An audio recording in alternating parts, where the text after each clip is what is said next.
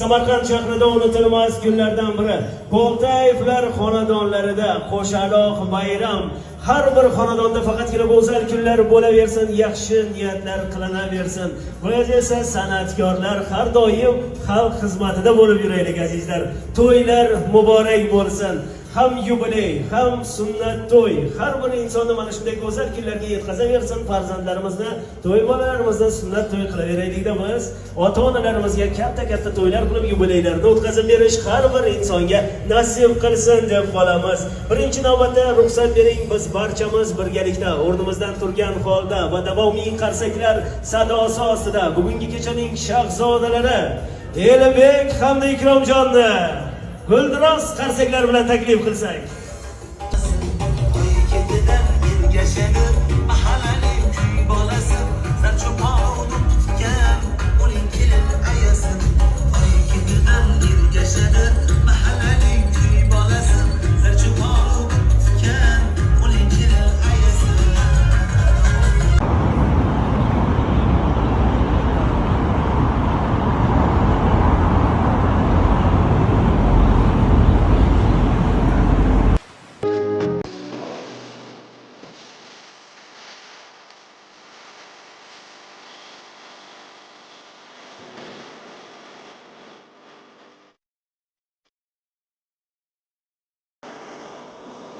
Yagona bo'lgan yana bir bor eng ajoyib muhtasham qo'shonamiz Vatana to'ylar qo'shonasida mana shunday go'zal niyatlar ostida boshlangan to'y marosimimizda.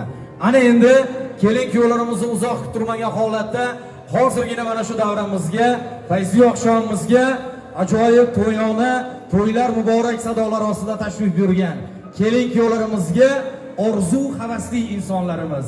Alloh bizni ham xonadonimizda xuddi shunaqangi baxtli damlarga, to'ylarga yetkazsin deganlar.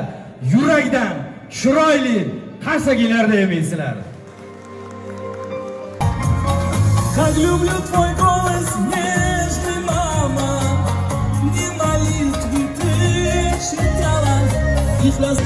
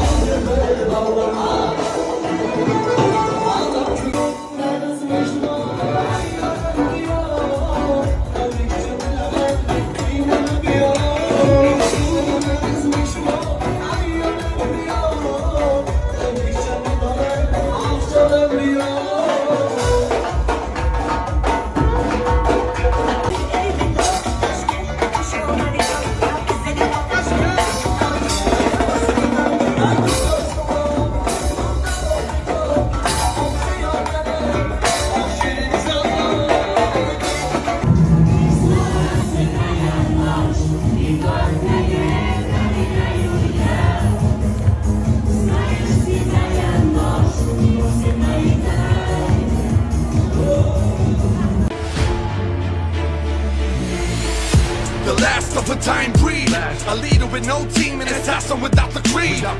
No sleep, but I still dream. I stand on top of the shoulders of those who fell before me. So many wiped tears through the years. So many disappeared, but I'm still here. It's just me on the frontier.